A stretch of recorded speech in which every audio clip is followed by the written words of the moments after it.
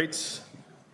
Our next speaker is Karan. Karan is a manager and technical lead in the security team at Google, and his talk is titled Clean Forensics, Analyzing Network Traffic of Vacuum Bots. Please give him a warm welcome. Thank you. Love the energy here. It's still like 3:30 p.m. and I was like, I'm the last talk, so I need to make it interesting. Thanks everybody, especially the organizers, Matt, Punkoder, everybody. Thanks for having me here, and lovely audience. All right, so I'm going to talk today about vacuum bots. Before I actually dive into the technical content, show of hands, how many of you have a vacuum bot or want to purchase one or curious about them? Oh, quite a few hands. All right. How many of you think they're secure? No hands. All right. I like the crowd. So a little bit intro about me. I'm Karan. You can call me K. I'm a security manager at Google. I'm an InfoSec alumni from Carnegie Mellon. I spent 2 wonderful years there. For fun, I write blogs at allthingsspawn.com. I mostly write about security engineering interviews, try to help people land jobs. I also spend time reviewing journal papers, so some of the research stuff, and it's very exciting to see what's happening in the field. And for fun, I love to travel. I'm here. I just flew in last night. And I love going to the beach. So, with that, let's look at some of the things we'll discuss today, right? So we want to get started with why vacuum bots? Like, why are we even talking about that, right? We talk about IoT a lot, which is understandable, but why specifically vacuum bots? With that understanding, we'll go into some of the functionality, right? How do they work? What features do they have? And some of the missing things that are not so popular. Then we'll dive into the interesting parts, right? We'll talk about how every one of you in this room can conduct network forensics on your own, right? It's not rocket science. It's very, very interesting. And then the most interesting part, I would say, or maybe not, mostly security and privacy issues that I discovered in some of the bots. And then for fun, I'll also show you the reported issues. So I actually talked to one of the vendors. No names will be taken in this room. I know this is being recorded and will remain on the internet for a while. But I'll show you the communication, and I'll show you the challenges of when you report issues, what really happens, right? And then I'll give you time for Q&A. If I see the audience engaged, I'll end early, I promise. All right, so with that, and obviously the typical disclaimer, this is my own research. Google has nothing to do with this, right? So you can blame me. All right, so let's talk about why research vacuum bots. And I think if I just leave this slide and just let it be, it speaks volumes, but I'll still speak. So if you see this trend, this data is taken from grandviewresearch.com, so credits to them. They have shown that over a period of time, since 2016, at least on this slide, we see an uptick in the number of bots being sold, right? Year over year, it is projected to grow by 23% every year. By 2027, the numbers is expected to be 60.9 million units. These are bots running everywhere. It's like an army of bots. Some of the major players, let's look at the market, right? Let's see who is actually capturing this market. So I've listed on some names on the left, so you'll see these manufacturers. But it's not really consolidated, right? No single manufacturer is dominating the market. But also, it's not also fragmented, right? So it's kind of like there are territories, and then people have actually got their territories, right? And they mark their own territories. It's kind of interesting, and we'll see why. So with that intro, let's look at some of the functionality, right? What can you do when you go and buy one of these? So the most common and obvious thing is cleaning, right? But it's not just that. You can have auto, so you can just tell a bot, hey, go clean. And it's supposed to figure out like the area it's supposed to clean, how fast, how much time, and all that on its own. You can tell it to clean its edges. So it can say, in this room, go around the edges, right? Just the edges. You can also say, hey, there's a spot that's dirty, clean that spot. Or you can just say, hey, I'm going to manually control you, and you can control the bot and through a path you want. You can also set up schedules, and this is interesting, right? You can say, hey, every Sunday, do not bother me, 7 a.m., start cleaning, right? And yeah, it will bother you because it makes a lot of noise. At least some of them do. Some of the fancy bots have a health monitoring feature. So you can, in their app, you can actually see how much lifespan you have left for the brushes, right? How long you have to replace them, stuff like that. Here's an example, right? So I've taken this in an undisclosed location. Here's a bot that's trying to map an area that I was trying to clean. You'll see the bot is the dot generally, and somehow has the ZZZ, probably sleeping. And it's actually mapped this area on its own, right? So the blue lines, the solid blue lines that you see, it has gone around and figured it out.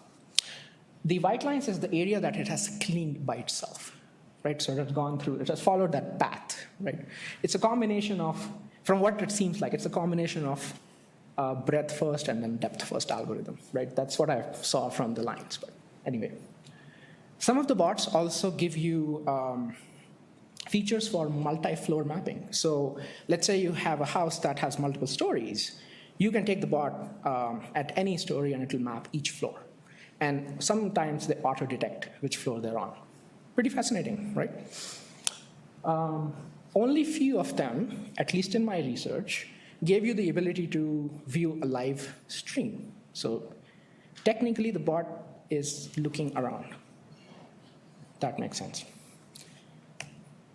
All right, so with that understanding of functionality, let's look at when you buy one of these bots, right, off the shelf, how do you set it up? What happens? So in this example, I've given some of the basic components. You have a phone, right? You install the app. Generally, every manufacturer has an app. You can just click and install. There's a bot, and you have a modem connecting your home to the internet. So the border that you see on the left, the black one, is your home network, and anything outside is external. So step one, you install the app, you create an account, right? You enter your basic credentials, your name, email, stuff like that, and you say, hey, create an account for me. That's what happens. In the next step, you turn on the bot, right? And the app generally tries to search for that bot. Right, for that manufacturer, it will say, hey, are you around? Is any bot around that I know of? And it's kind of interesting how they've made it work. So it's not as simple as, hey, bot, connect to my home network directly. That's not what I saw what happened. The app will do a search, and the bot will start up a Wi-Fi network of its own. And it's going to broadcast it out. So that's another network apart from your home network. And it's going to say, hey, connect to me. I'm here. What happens there is your phone or that app connects to this Wi-Fi network, and it exchanges your credentials off the home network. So it's a way to securely exchange credentials. That's really what's happening in these three arrows. And after that, once it can talk outside from your home, it can say, look, I know this person, this account, I'm in this house, or this person owns the bot, right? Let's associate myself with this account, right? So that's the call it makes finally. And now you have a functioning bot in your house. Make sense? I see nods, cool, all right. So that's very basic of how the bots work, how you can set it up. But let's talk about how you can set up your own home network, right? And this is something you guys can do, or all of you can do when you go back. So let's say you want to look at the traffic, right? You want to examine what is the bot really sending out of your house? Do we know this yet? I didn't, right? So to show the point, I actually took a picture in my apartment, and this is how it looked like. Don't be scared of the wires. I'll simplify them in the next diagram. But the point here is, it is very, very inexpensive for anybody to run the setup. So case in point, I was able to do it in around $150-ish, right? And this includes my modem, right? So can be anything. I had a basic switch in the middle that you see there. It just needs to have port mirroring, which is actually a very common feature these days. And then I also have an internal router, and I'll talk about why. And then a bunch of cables. You can buy them all for $10, not that expensive. And at the bottom, I had a Mac and a phone to test this out. So the phone had the app, and the Mac was used to look at the traffic. Make sense? All right. So here's the icon view of that diagram, right? And this makes it a little bit simpler, I hope, to understand what's happening here. So we have the bot, right? And we have the cable modem on the right. So let's start from the right, go to the left, so it's easier to understand. So from the right, the cable modem talks outside your home network. That's your point for any communication inside the home to outside. Simple enough. The app or your mobile phone is connected to that Wi-Fi network. It's not connected through the cable, right? It's through the Wi-Fi network of the cable modem, and it's talking out. So you don't see anything this side from the phone, right? It's just talking out. The switch is connected to both the internal router and the external modem, right? It's kind of in the middle. And that's for a reason, because it has a mirror port. And what I've done is I've connected my machine, or the Mac, to the mirror port, okay? The bot is connected to the Wi-Fi SSID of the internal router, which is then connected to the switch. So now if you think about this setup for a second, I know that's a lot of words, but if you think about communication of the bot, right? Let's say the bot says, oh, associate account, or I'm here. That packet is going to go through the router, to the switch, to the modem, out. But it will also go through the mirror port. When the response comes back, it will go straight back, but it will also go down because it's mirroring all the traffic. And that's how you can set up and listen to all the things that are happening through the bot. Right? That's the reason of using the internal router and the switch. Simple enough, right? Any questions here? No? All right, cool. Now let's get into a little bit more fun part, right? What did we see, or what did I see for some of the examples that I ran this through? So let me explain what I tested first. So with this setup, right, I tested several functionalities we just talked about. So what happens when you establish, when you set up the connection, when you set up the bot? That's case one. What happens when you say, oh, start cleaning? What happens when you say, move the bot? What happens when you say, start capturing video? I don't know, but the setup will enable us to check that data. And then I conducted analysis of, okay, I see this traffic going on. What's the protocol? Can I look at it? Can I examine it? And why, and why, and why, right? So here's an example. I have not named particular bots or vendors just to make this talk a little bit more generic, right? But I've seen a lot of patterns, and I'm going to stress on the patterns here, okay?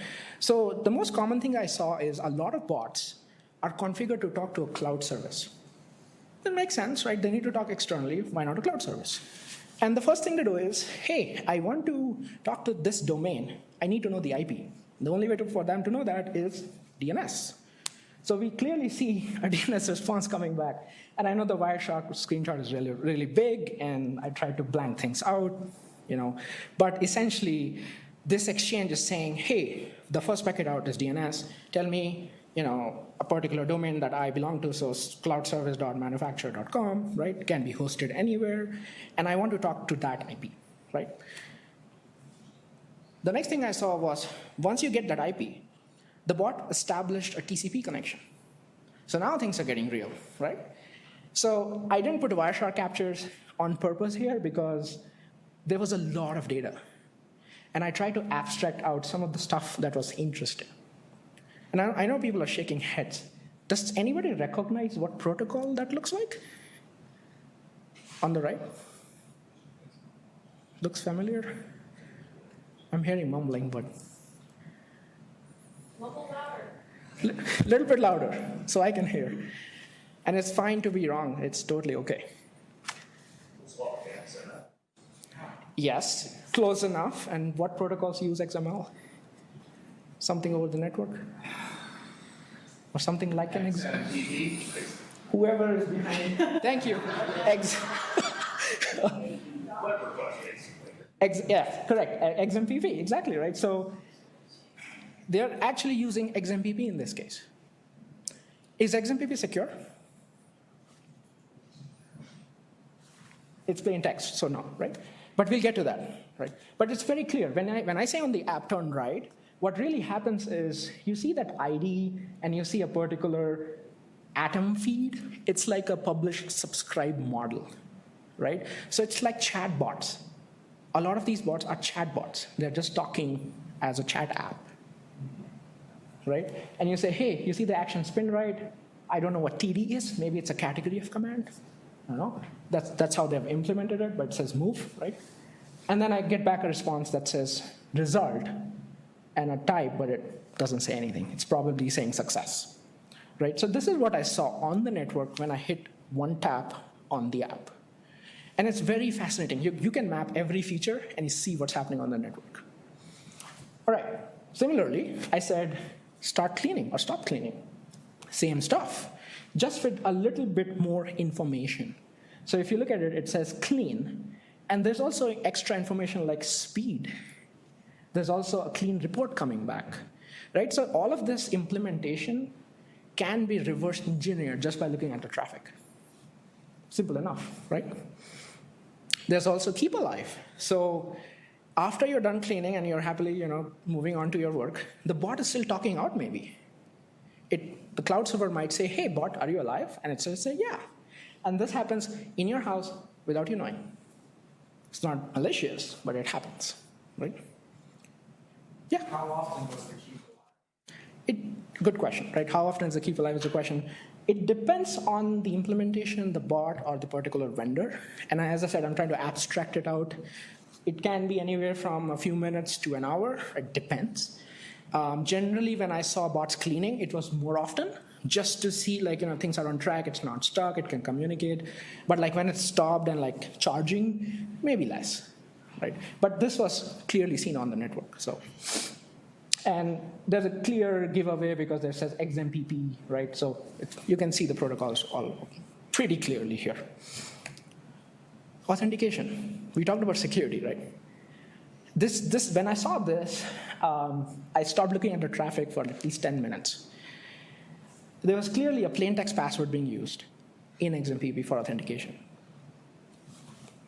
Didn't expect that, but it's also sometimes not surprising because the functionality, maybe people just want to implement it and get it off the ground and get it in the market. I don't know how the development lifecycle was. But anyway, we saw it there. I removed it from this slide because the essence is pretty clear here. And then it comes back from the server as an acknowledgement. The protocol actually used here, which was the interesting part, was SASL. And everybody here can look it up and read about it. It offers different types of authentication. So you can do a password, you can do a plain text password. You can also have a better version of the same thing. But in this case, it was just plain password. So in another set of bots, so there was some of them involved, but in another set of bots, there was a better version of this authentication, something called as secure MQTT. MQTT, for those you don't know, is also a machine-to-machine protocol, just like, it has a publish subscribe model, so the same stuff on the ground, but there's a secure version of the same protocol. I saw the port being used as 8883. Okay. Their status. And this was really unexpected, and I'll talk about this why. So you have sometimes all of us look at phones, right? So we're looking at our phones like this, literally like this. And you can open an app, and you'll be like, okay, let me open the app. We don't think about it. But when I opened this particular app, I actually saw traffic. And I was like, wait, I didn't do anything. What's happening? Turns out the bot is trying to get the time. It's trying to get the time which is correct for itself. And the way it was doing that was by getting the time from the phone. And the way it was clear to me is I had to reverse engineer it a little bit. But if you see the bolded line, time t equals something, right, some big number. That's an epoch time, right? So you can convert it into the current time, which I did here, right? And you can see when I was testing this. And there's also a TZ. It's a time zone. I was in California at the time, so TZ is -7 UTC. Makes perfect sense. But is this good? Is there any issue with this? I think so. You think so? Why? Ties these into the location, and it reveals the location or at least time zone.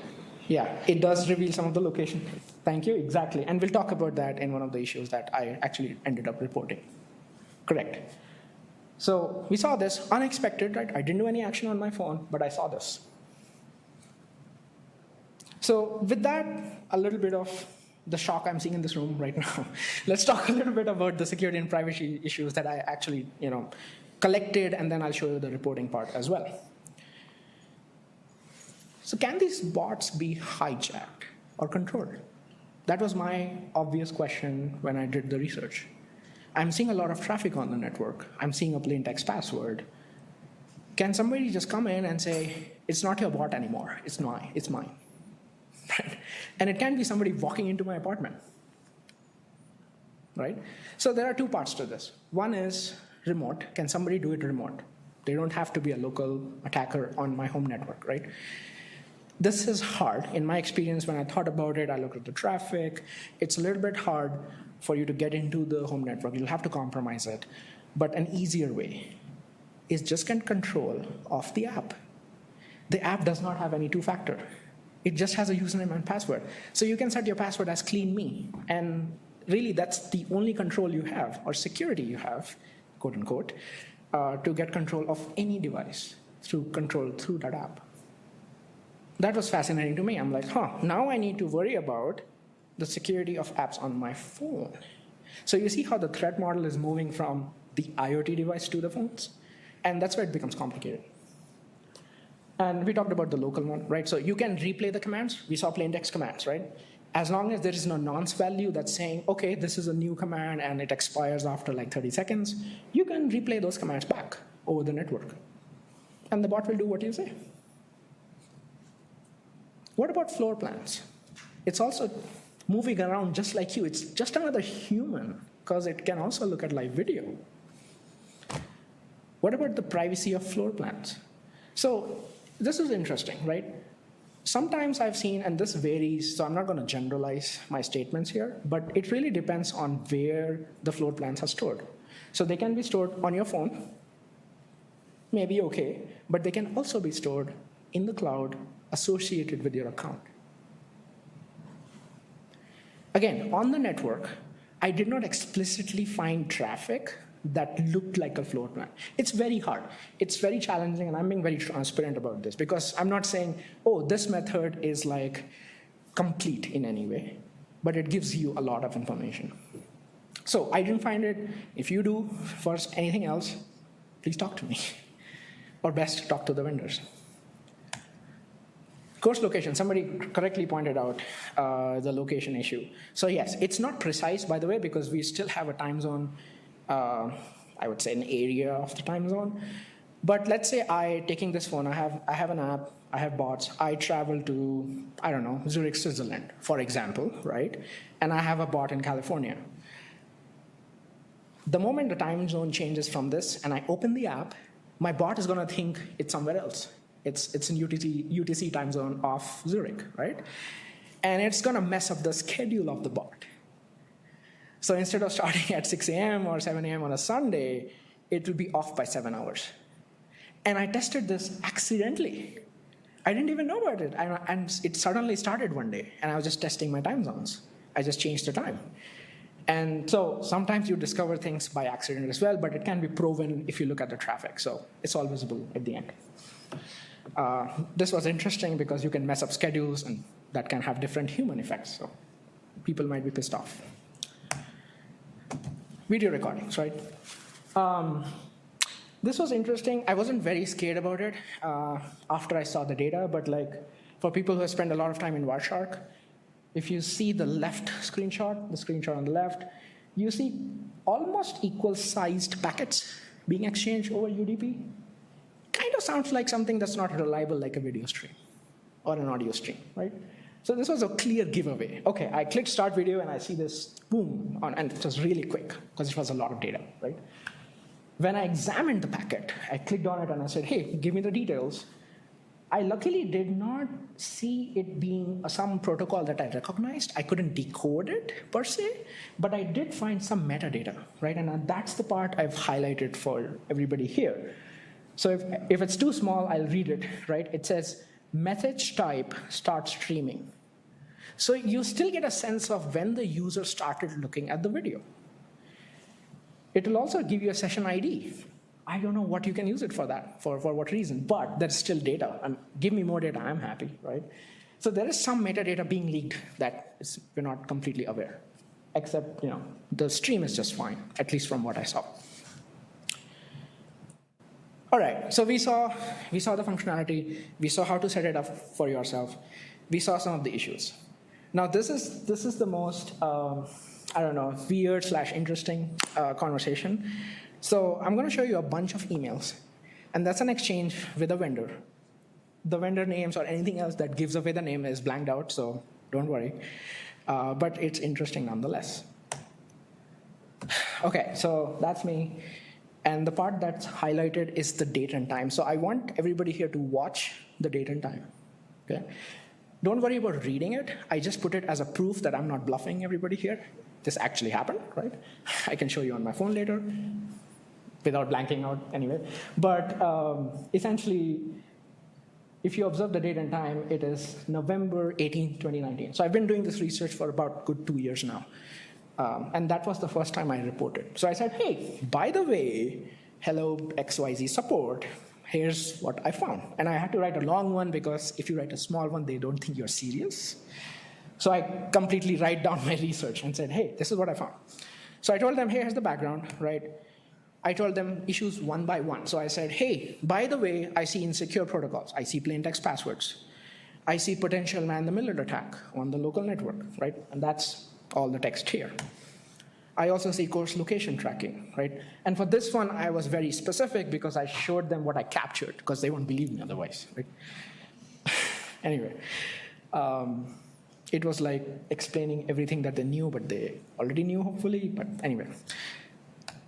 And then I finally, was also transparent about the privacy of floor plans. Again, I remember I didn't test this completely or thoroughly, and I actually wrote that. But I wanted them to investigate and look at it and say, is this okay? Are we doing good? Or can we change something?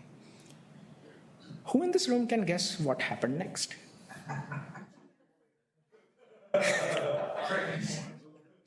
Who remembers the timeline? What date or what month did I send this? It was 4 slides ago. November 2019. Okay, cool. Everybody's awake. Awesome. I have to do these pop quizzes. All right. Guesses for what happened next? Random guesses. They ignored it. They ignored it. Reported you to the police. Okay. Somebody said reported me to the police. I can confidently say with the recording on that I'm clean. So I'm still here. I'm still here giving a talk about the same thing. So either I don't want to comment any further. Any other guesses before I hit next? Thank you for your reply. Thank you for the concerns. A year later to the date. A year later to the date. Awesome. This crowd already knows stuff. They ignored it. So whoever said ignored it was right. I actually closed the ticket. So they went one step further. If you see the date, it's not that far. So I would have to give it up to them for the promptness. But if you see this part,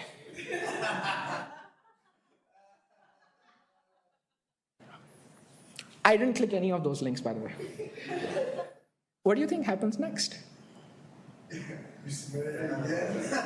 This time it's probably on me, right? Or maybe on them, I don't know.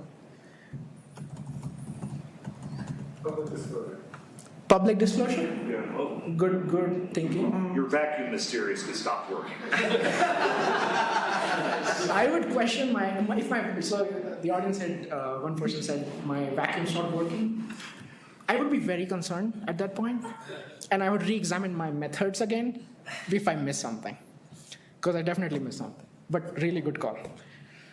All right, so what happened was, I obviously followed up, and I said, hey, if you look at the time, again, it's a little bit on that side because email threads, right? If you see the time, that keeps me awake, so 12:21. I said, request to reopen the ticket number X, because I've not received an official reply to blah, blah, blah, right?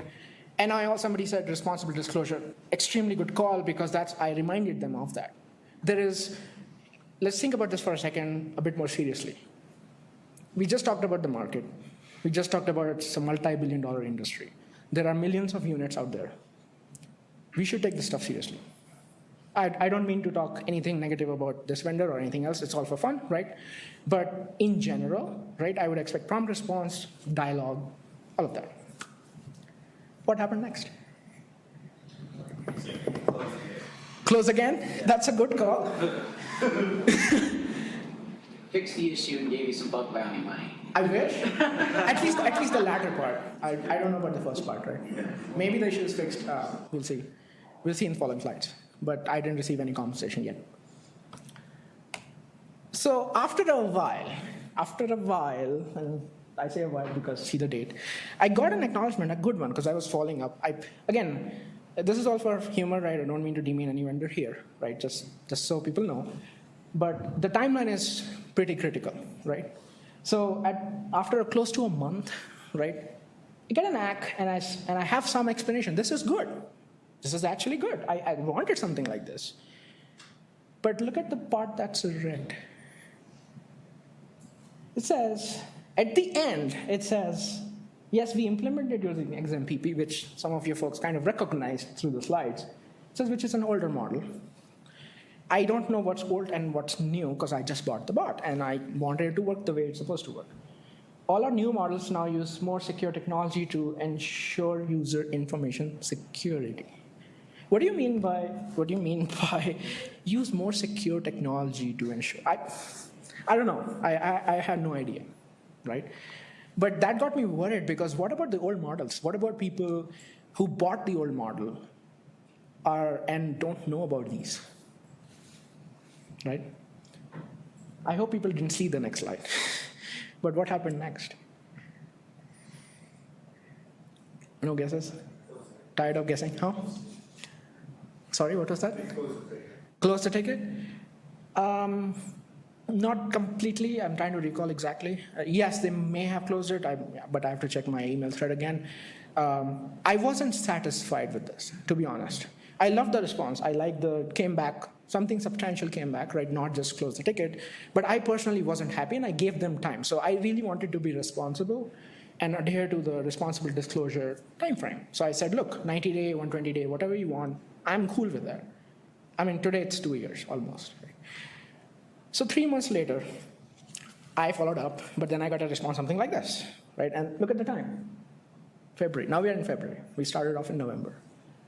So somebody said thank you, right? Somebody said they thanked you. That's also correct because they did, right? And they passed on the team back, passed on my notes around, hey, I'm not happy with this.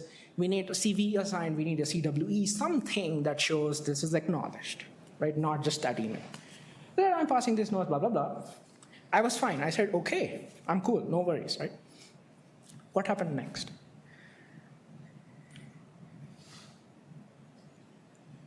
You bought a new one to check it. I bought a new one? I was buying bots, sure. Nothing. Sorry? Nothing. Nothing. Close enough. All right, so nothing really happened, which is right, actually. So you see me following up on March 30th. So just think about this. I'm not the first person who bought this bot, right? I maybe have conducting this research, that's another story, but I'm working with them, right? I'm not like against anybody, I'm working with them. I'm reporting responsibly, trying to understand and help out. But we're at March 30th, and I had to follow up a little bit more strictly, right? And say, look, Is there a response? Do we have something assigned? Is somebody working on this? If so, I'm fine. I'll back off. I have no issues, right? But I want something to be done.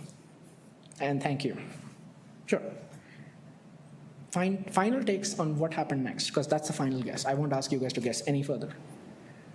Your vacuum tried to run you over. They tried to run me over? Your vacuum. Oh, my vacuum. Wow, I'm really scared of that guy now. No, there's no. So I didn't do any public disclosure. I also have blanked out their names, right? I've done this on my own, no employers involved. I was very honest and transparent, and I reported it for good reason and like with good faith, right? And even here, I'm not talking bad, just to be very clear. I'm not saying in a negative manner. I'm just saying this happens with vendors, and sometimes it's some of the priorities, right? It's one person reporting something, like it really matters how you're responding and prioritizing. So I'm not saying it's all of their fault, but like for some security issues, we should be more cognizant, and that's really the message, right? Nothing really happened. So I had actually pulled back and I said, hey, it's been like a lot of time. It's 6, 7 months. I actually started writing more emails.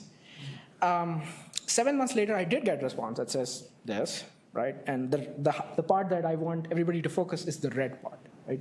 So there's obviously a date that's July, right? And there's obviously escalations happening. So look, I'm okay with the process, but I'm not okay with no work being done. So it got escalated. I would put it in a positive way. The future bots with the unknown vendor here, they were better, right? A lot of them did not have those issues. I was happy at the end. I mean, it was an old one, I understand, but it's an interesting case study. You can pick one up and test this out yourself, right? And I didn't follow up after this. It was way too long. It was kind of old, several years old. I don't know how many people use it, but the objective is to raise awareness. And not just raise awareness, you don't have to attend a talk to know about this. You can do it yourself. So in conclusion, I promised to end early, so I'll stick to that promise. They might use vacuum bots like other IoT devices. This is nothing to do with specific vacuum bots. This can apply to your fridge, cameras, anything, right? By anybody. They may use insecure protocols. They may use insecure configurations. It's also very challenging for the end user to get guarantees of privacy and security. I understand their pain points. I get it. That's why I'm not complaining too much about it. I'm just saying, hey, we can do a better job. The DIY method I described, really that's one of the main takeaways of this talk is you can replicate this, do it yourself, talk to people, raise concerns. I think one way to really get the industry moving is more people getting involved and saying, hey, we should fix this now, right? And finally, again, not finger pointing, but it's in general challenging to get a response. And also a response and a fix. It's hard to fix these devices, they're everywhere. Like how do you follow up with a customer and say, hey, like for that bot that you have, we're gonna give you a new one. It's hard to do logistically, right?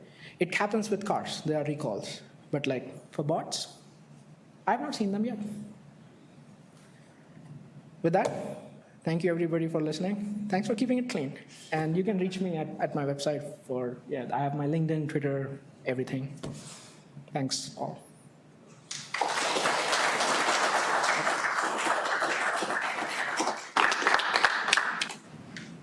Right. Any questions? I do want to allow time for questions. Yes, I see it back. Did you find that any of the bots had were they firmware updatable over the air?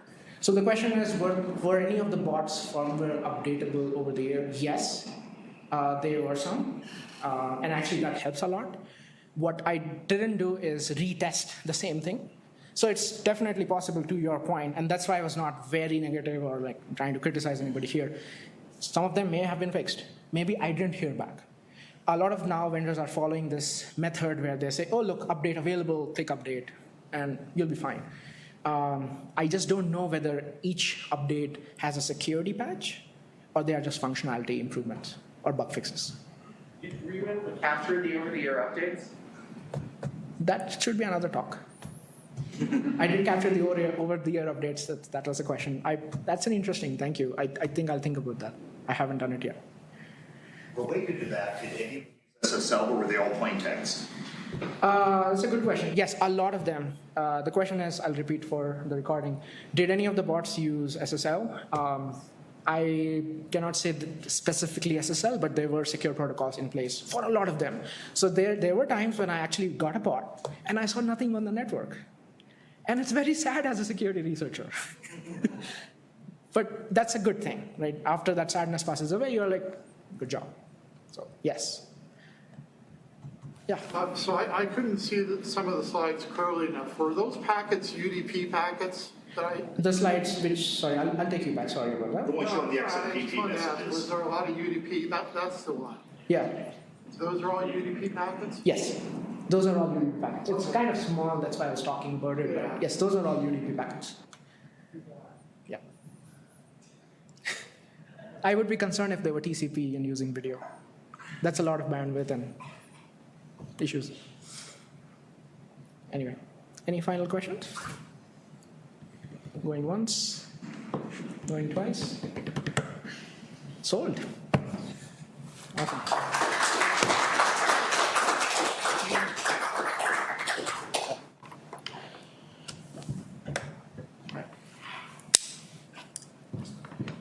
Thank you for that talk. It was Yeah. super interesting. I was